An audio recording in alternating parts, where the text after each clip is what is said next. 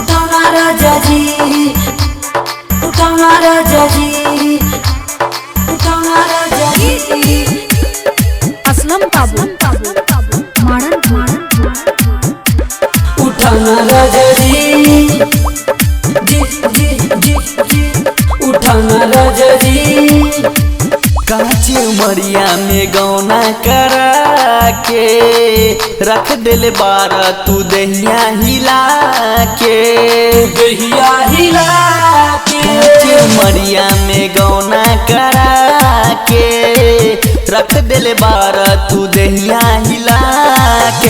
रोज ना सतारा, रोज ना सतारा सेज के बिछौना राजा जी, रोज ना सतारा सेज के बिछौना राजा जी।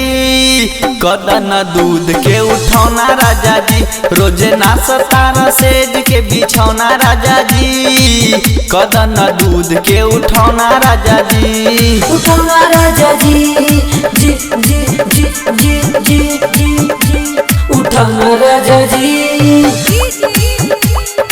असलम काबू मारन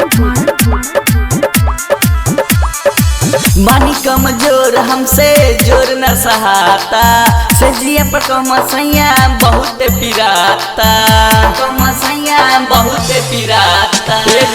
बानी कमजोर हमसे जोर न सहाता, सजिया पर कमसैया बहुत पिराता।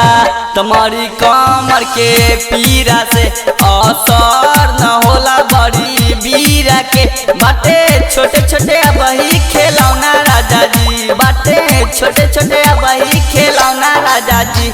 रोजे ना सतारा, रोजे ना सतारा सेज के बिछौना राजा जी। कदन दूध के उठौना राजा जी, रोजे ना सतारा सेज के बिछौना राजा जी। कदन दूध के उठौना राजा जी, उठौना राजा जी, जी जी, उठौना राजा जी। असलम काबू मारन उठौना राजा जी, उठौना राजा जी। सैया चंदन लाल हमर करना कहल हो, जुसवा नार के लिया बरोज फल हो, बरोज फल हो। सैया चंदन हमर करना कहल हो, जुसवा नार के लिया बरोज फल हो। दहिया के बहिए नरजी हो, जानू करेला अर्जी हो। पर्चा लिख के लौनी ना भूलैया राजा जी, पर्चा लिख के लौनी ना भूलैया राजा जी। रोज ना सतारा, रोज ना सतारा सेज के बिछौना राजा जी। कदन दूध के उठौना राजा जी, रोज ना सतारा सेज के बिछौना राजा जी।